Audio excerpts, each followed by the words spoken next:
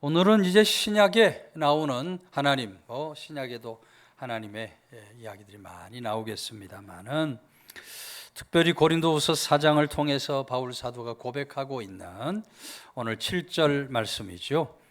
우리가 이 보배를 질그릇에 가졌으니 이는 심히 큰 능력은 하나님께 있고, 심히 큰 능력의 하나님을 믿고 바라고 의지하며 살았던 바울 사도, 오늘 말씀을 통해서 그 능력의 하나님이 어떻게 역사해 주셨는가 고백하고 있는 것을 듣게 되는데요.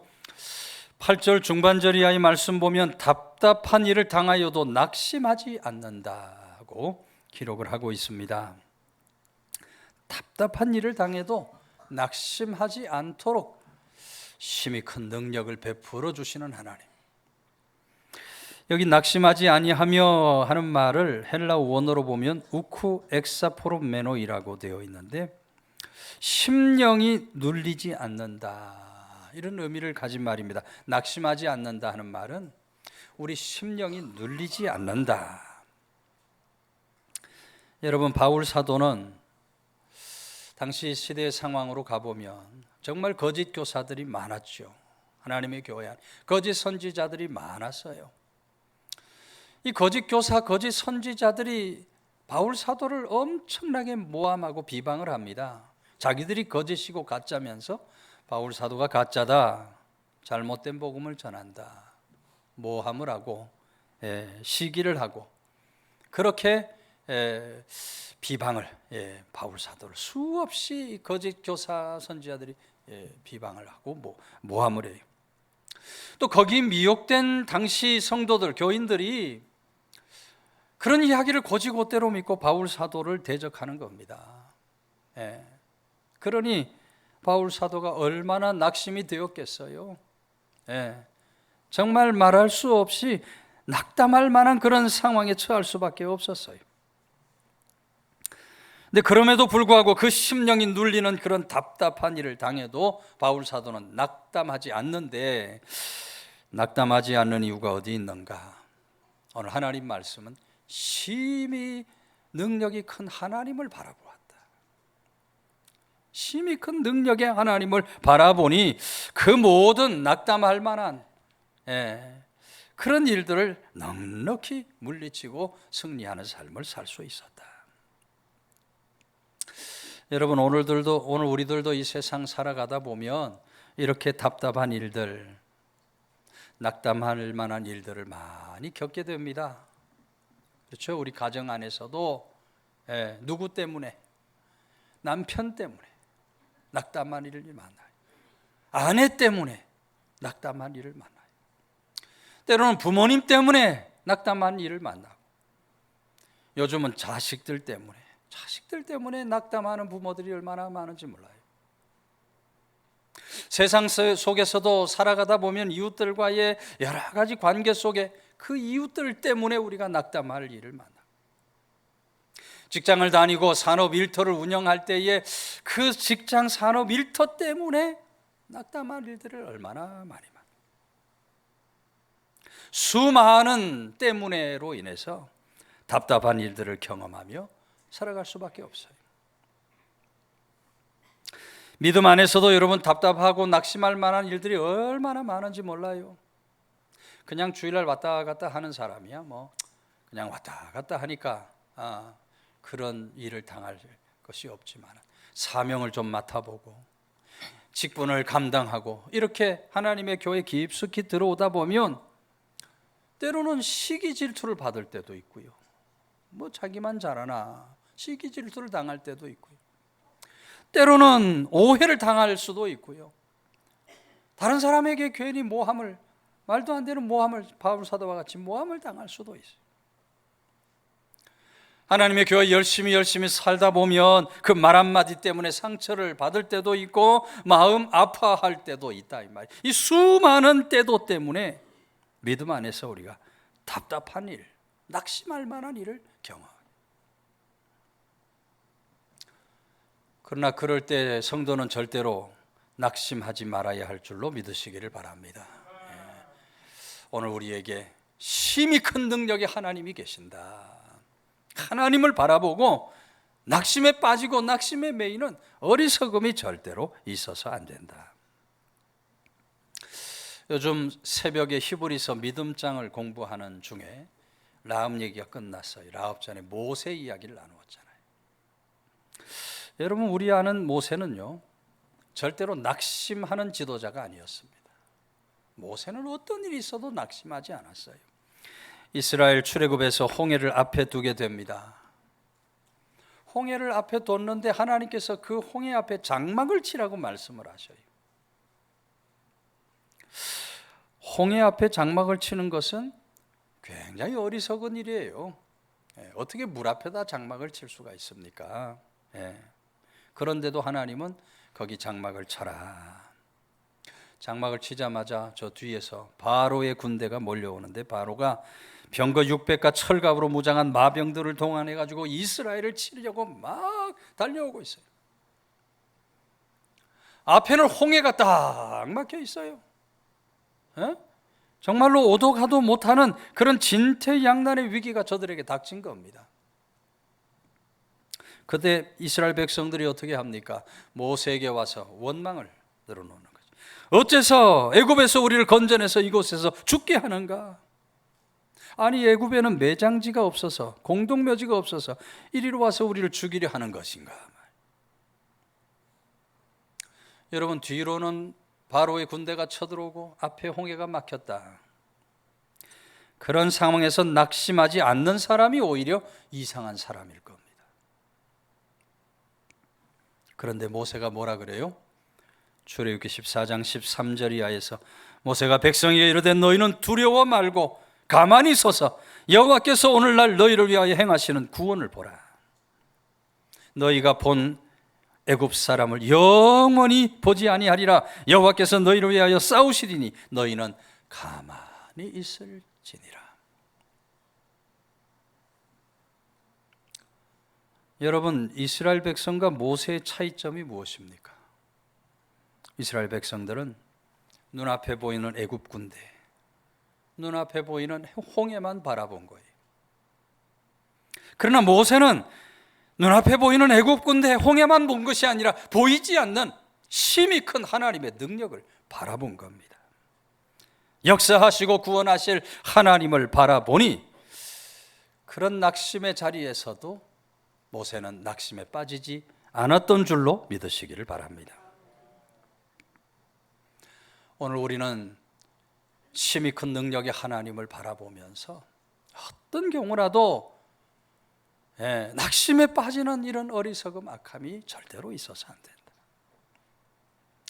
미국 남북전쟁 때 아틀란타 근처 산악지대에서 아주 치열한 전투가 벌어진 적이 있었다 그래요.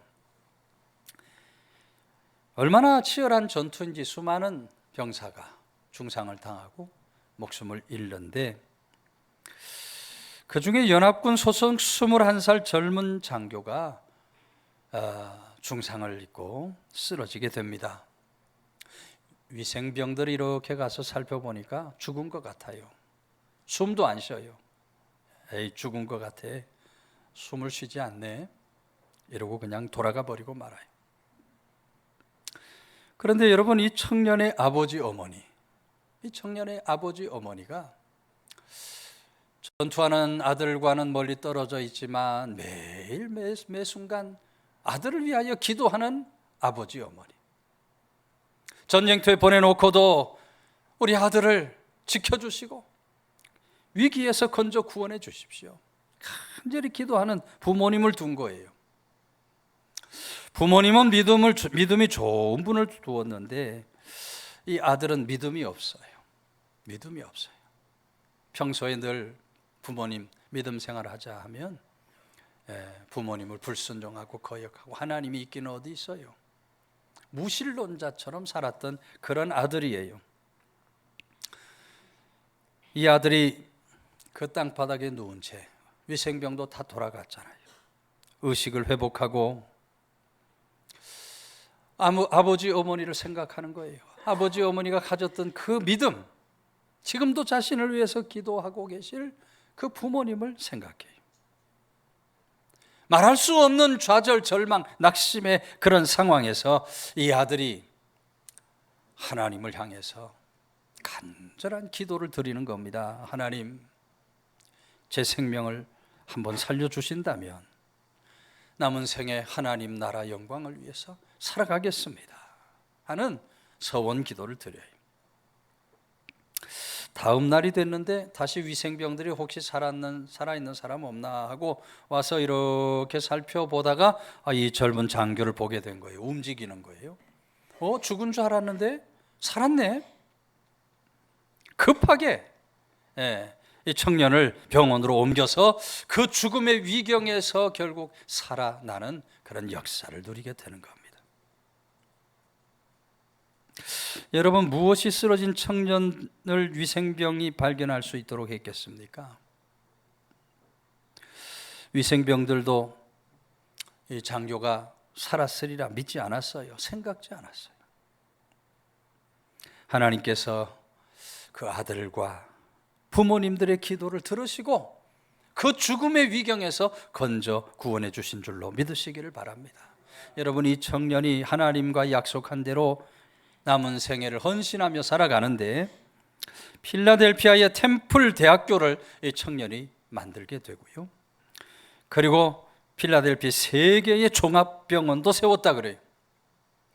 필라델피아 침례교회도 그의 헌신으로 짓고 봉헌을 할 수 있게 되었다. 어마어마한 헌신을 한 겁니다. 20여 권의 책을 쓰고 수천 명의 영혼을 건져 구원한 이 청년이 바로 미국이 배출한 가장 기적적인 인물 중에 한 사람인 러셀 콘웰이라고 하는 사람이에요. 죽음의 자리에서 낙심하지 않고 힘이 큰 능력의 하나님을 바라보고 의지하니 생명의 역사, 기적의 역사가 일어난 줄로 믿으시기를 바랍니다. 오늘도 우리 삶에 답답한 일이 많아요. 오늘도 우리 삶에 낙심할 일들이 많아요. 답답한 일, 낙심할 만한 일들을 바라보는 사람이 아니라 힘이 큰 능력의 하나님을 바라보는 사람, 하나님의 능력으로 이기고 승리하는 복된 세상 믿음을 사는 성도들 다 되시기를 주의 이름으로 축원해 드립니다. 9절 말씀은 박해를 받아도 버림받지 아니하며 그랬어요. 버림받지 아니하며 하는 말도 우크 엔카탈레이 포메이노라고 되어 있는데 포기하지 않는다는 의미입니다. 버림받지 않는다는 얘기는 포기하지 않는다. 그러니까 바울 사도가 어떤 박해를 당해도 하나님은 절대로 그를 버리지 않아요. 절대로 바울 사도를 포기하지 않았다는 거예요. 여러분, 오늘도 살아계신 하나님은 우리들이 핍박 박해로 살아가면 절대로 그 가운데 하나님은 버리지 않으시고 절대로 포기하지 않으시는 하나님입니다. 오늘 믿음의 길을 가는 우리들에게 이런 보이지 않는 핍박 박해가 있습니다.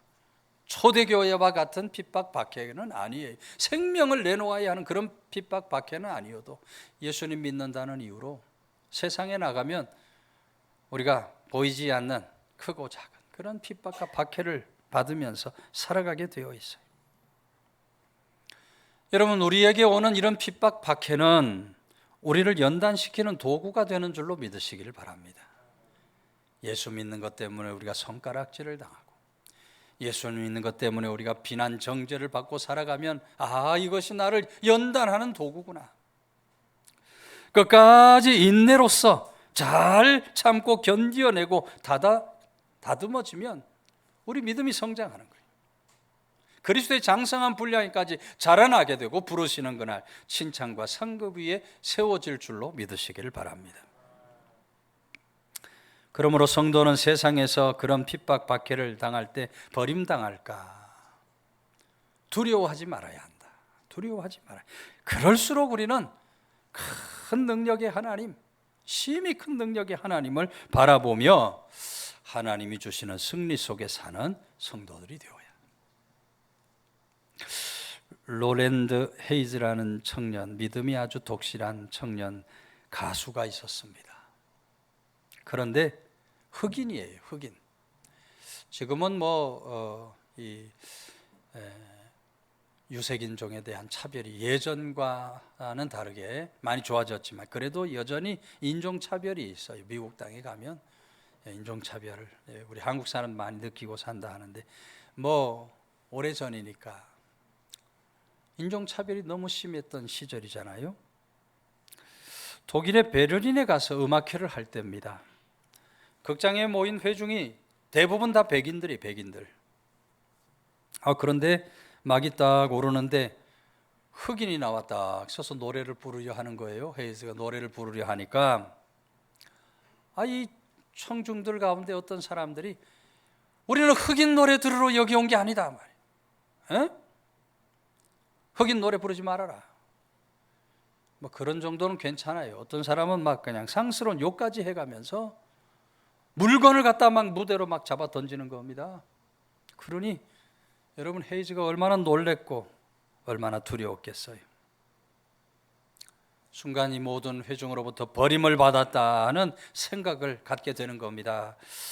결국 노래를 부르지 못하고 무대에서 나가려고 하는데 나가는 순간 갑자기 눈앞에 예수님의 모습이 보여지는 겁니다. 빌라도의 법정에서 온갖 조롱과 욕설과 침뱉음을 당하시며 모욕을 당하시는 예수님. 그 모습을 바라보던 헤이즈가 순간 이런 생각을 해요. 예수님은 손가락질을 당하고 모욕을 당하고 버림을 받아도 물러서지 않으셨다. 내가 왜 물러서야 하는가? 용기를 내서 이 헤이즈가 청중 앞에 다시 서는 겁니다. 당당하게 그 청중 앞에 나가서니까 청중들이 갑자기 조용해져요. 헤이즈가 흑인 연가를 부르기 시작합니다. 흑인 연가를 부르는데 얼마나 아름답게 노래를 부르는지. 노래에 감동한 청중들이 노래가 끝나자마자 그 자리에서 다 일어나서 박수와 칼치를 보냈다는 거예요. 오늘 하나님 말씀처럼 그런 박해를 당해도 하나님은 나를 버리지 않으실 것이다. 당당한 믿음으로 저들 가운데 설 때 헤이즈가 여러분 독일에서 이 찬송을 통하여 하나님을 향한 찬송을 통하여 하나님께 영광을 돌리는 그런 놀라운 역사를 이루어낼 수 있었다. 여러분 오늘도 하나님의 자녀된 우리들 세상 속에서 핍박 박해를 당한다 할지라도 절대로 하나님은 버림받도록 하지 않으시는 하나님. 우리를 언제나 함께 하시고 우리들을 언제나 지켜주시는 그런 좋으신 하나님이 되신다. 그래서 오늘도 우리 옆에 있는 분 한번 인사하겠습니다. 버리지 않으시는 하나님께 감사하며 삽시다. 버리지 않으시는 하나님께 감사하며 삽시다. 하나님은 절대로 우리를 버리지 않는 하나님이시다. 오늘도 핍박 박해 속에서 힘이 큰 능력의 하나님을 바라보면서 이기고 승리하는 세상 믿음을 사는 성도들 다 되시기를 주의 이름으로 축원해 드립니다. 9장 마지막 말씀은 거꾸로 뜨림을 당하여도 망하지 않는다 그랬어요. 망하지 않는다. 우쿠 아폴 리메노이라는 말인데 문자적인 뜻은 생명이 끊어지지 않는다. 망하지 않는다는 얘기는 생명이 끊어지지 않는다. 어떤 대적들의 공격에도 죽음의 위협에도 생명의 위협에도 바울 사도가 두려워하지 않았다. 하나님은 절대로 나를 망하게 하지 않을 것이다. 나를 죽게 내버려 두지 않을 것이다. 그 능력의 하나님을 바라보았던 바울 사도의 모습을 보게 되는 거예요. 거꾸로 뜨림이라고 하는 말이 나오는데 원어로 보면 죽음의 지경이라고 되어 있어요. 거꾸로 뜨림은 그냥 거꾸로지는 게 아니 죽음의 지경. 여러분 바울 사도는 이런 경험을 얼마나 많이 했는지 몰라요. 한 번은 루스드라에서 복음 전하다가 돌을 맞아서 거꾸로진 적이 있어요. 그때 사람들이 바울 사도가 죽은 줄 알고 바울 사도를 성 밖으로 끌고 가서 내칩니다. 죽었다 하고 내치는 거예요. 심히 큰 능력의 하나님을 바울 사도가 바라보니까 그 하나님께서 바울 사도를 다시 일으켜 세워요. 성에 다시 들어가서 몸을 추스리고 더베라는 곳에 가서 계속 복음을 전했다 하는 그런 말씀의 기록으로 보게 되는, 거꾸로 뜨림을 당해도 절대로 망하지 않는다. 고린도서 11장 23절 이하에서는 내가 수고를 넘치도록 하고 옥에 갇히기도 더 많이 하고 매도 수없이 맞고 여러 번 죽을 뻔하였으니 유대인들에게 40에 하나 감한 매를 5번이나 맞았고, 유대인들은 40에서 하나를 감한 매를 때립니다. 40대를 때리면 죽을 수 있어요. 40에서 하나 감한 매를 맞는데 무려 5번이나 맞았고, 3번 태장으로 맞고 1번 돌로 맞고 3번 파선하고 일주야를 깊은 바다에서 지냈으며, 그 뒤에도 계속해서 바울 사도가 받은 말할 수 없는 고난, 거꾸로 뜨림을 당할 수밖에 없는 그런 상황에 대한 이야기들이 쭉 기록이 돼요. 그런데 여러분, 바울 사도 이어지는 고린도서 12장 9절 이하에서 뭐라 그래요? 도리어 크게 기뻐함은 나의 여러 연약한 것들에 대하여 자랑하리니 이는 그리스도의 능력이 내게 머물게 하려 함이라. 심히 큰 하나님의 그 능력이 늘 머물게 하기 위해서 나는 약한 것도 자랑할 것이다. 여러분, 오늘 우리들도 바울 사도와 같이 이렇게 심히 큰 하나님의 능력으로 인하여 이기고 승리하는 길을 갈 수 있어야 할 줄로 믿으시기를 바랍니다. 여러분, 초대교회 시절 로마 카톨릭이 기독교인들을 죽이려고 얼마나 모진 짓을 많이 했는지 몰라요. 흔히 말하는 악한 형벌이죠. 악한 형벌. 불에 태워 죽이기도 하고 창녀찔로 죽이기도 하고. 로마 카톨릭이 정말 기독교인들을 수없이 많이 죽였어요. 그러나 여러분, 그럼에도 불구하고 성도들이 거꾸로 뜨림을 당해도 망하지 않고 역사의 중심에 세워지는 것입니다. 성도가 가지는 특징 중에 하나는 넘어질 때마다 다시 일어선다는 거예요. 오늘 우리 성도들은 넘어질 때마다 다시 일어서야 할 줄로 믿으시기를 바랍니다. 우리가 부분적인 영적 전투에서는 때로 넘어지고 실족할 수 있어요. 그러나 전체적인 영적 전쟁에서는 절대 질 수가 없어요. 로마서 8장 35절, 누가 우리를 그리스도의 사랑에서 끊으리요? 환난이나 곤고나 박해나 기근이나 적신이나 위험이나 칼이랴. 어떤 것도 우리 믿음의 사람들을 꺾어낼 수가 없어요. 무너뜨릴 수가 없어요. 아프가니스탄에 이시온이라는 선교사님이 계십니다. 지금으로부터 약 10여 년 전에 아프가니스탄에는 테러가, 하루를 멀다 하고 테러가 일어나는 겁니다. 수많은 사람이 부상을 당하고 죽어가는 거예요. 밤낮 없이 테러가 일어나니까 이 선교사님도 두려움이 생기는 거예요. 야, 이거 이러다가 잘못해서 부상을 당하거나 죽으면 어떡하나 해서 고통스러운 나날을 보내다가 잠시 한국에 들어옵니다. 한국으로 피신해서 들어온 거예요. 어느 날 우리나라 선교에 관한 책을 읽다가 구한 말에 26살 나이에 조선에 들어온 감리교 여자 선교사 루비 캔드릭에 대한 이야기를 읽게 되는 거예요. 캔드릭이 안타깝게도 조선에 들어온 지 9개월 만에 병에 걸려서 순교를 하게 됩니다. 선교하러 들어왔는데 온전한 선교를 하지 못하고 9달 살고 이 땅에서 죽음을 맞았어요. 그런데 그 캔드릭에 남긴 일기를 읽다 보니까 이런 글이 나와요. 내게 1000개의 심장이 있다면 나는 그 심장 하나하나를 터뜨려 조선을 위해 죽겠다. 그렇게 적혀 있는 거예요. 심장 1000개가 있다면 이 심장 하나하나를 터뜨려 조선을 위해 죽겠다. 이시온 선교사가 그 글을 읽는 가운데 세미한 하나님의 음성을 듣습니다. 너도 아프가니스탄에 가서 그와 같이 죽거라. 나를 위해서 그렇게 할 수 있겠니? 그런 하나님의 음성을 듣게 됩니다. 이시온이 그 자리에서 통해 자복을 하고 눈물을 흘리죠. 그리고 후에 그가 1000개의 심장이라는 책을 쓰게 됩니다. 아프가니스탄에 들어가서 계속 선교의 사명을 감당하는 거예요. 이 1000개의 심장이라는 책에 보면 이런 이야기가 나와요. 사랑하는 하나님, 이 땅에서 보면 내일이 없어 보이지만 눈을 들어 하나님을 보면 미래가 보입니다. 이 땅을 보면 눈물만 보이지만 눈을 들어 하나님을 보면 미소가 생깁니다.